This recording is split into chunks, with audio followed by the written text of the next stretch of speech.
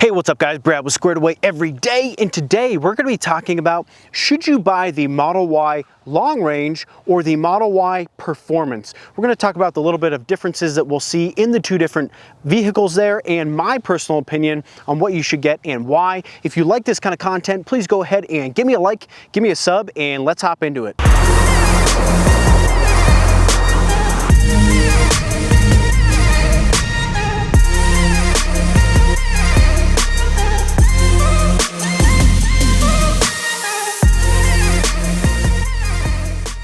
So what does it really boil down to? Well, it boils down to about $5,000 difference from the base model long range to the base model performance. And so what are we actually getting here? Well, if you upgrade to the performance, we're going to get an increased top speed up to 155 miles per hour, which who really cares in this type of vehicle? We're going to have a carbon fiber spoiler on the rear of the vehicle, which is just purely aesthetic. We're going to have the metal sport pedals, which looks cool, but again, it's just purely aesthetic. We are going to have the 21-inch Uber turbine wheels, which do look very nice, more premium than the other wheels, in my opinion, and it does make it look quite a bit more sporty. And then we're also going to have the sport brake set, which does make the brakes a little bit more grabby, and they are red, which again just looks very cool. Now, aside from that, obviously the most important thing, you're going to have a speed increase from a 0 to 60, I think it's like 4.3 seconds on the long range, don't quote me on that, to a 3.5 second 0 to 60 on the performance model. So that in itself is pretty significant, and you definitely can tell the difference in speed from one model to the other. But what are you going to lose if you go with the performance model? Well, a couple things. Number one, in the performance variant, you don't have the option of getting the 7 seats. Now, some people are going to argue that the 7-seater isn't really that great anyway because of the shape of the vehicle. You're getting such a low headroom height on that third row of seats that it doesn't really make it for a very practical vehicle, but it is nice for a family if you don't want to pay for the Model X, but you do still want to enjoy the benefits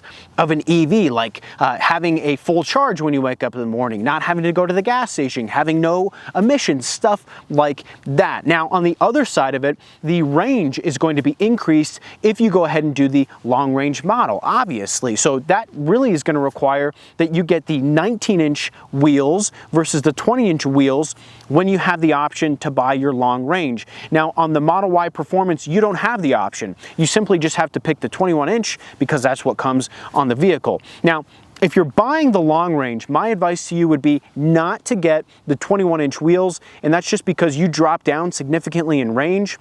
Whereas if you choose the 19-inch wheels, you've got a 330-mile range versus a 303-mile range on the performance, which really is a pretty good upgrade there. That's nice, about 10%, which is a good upgrade in range.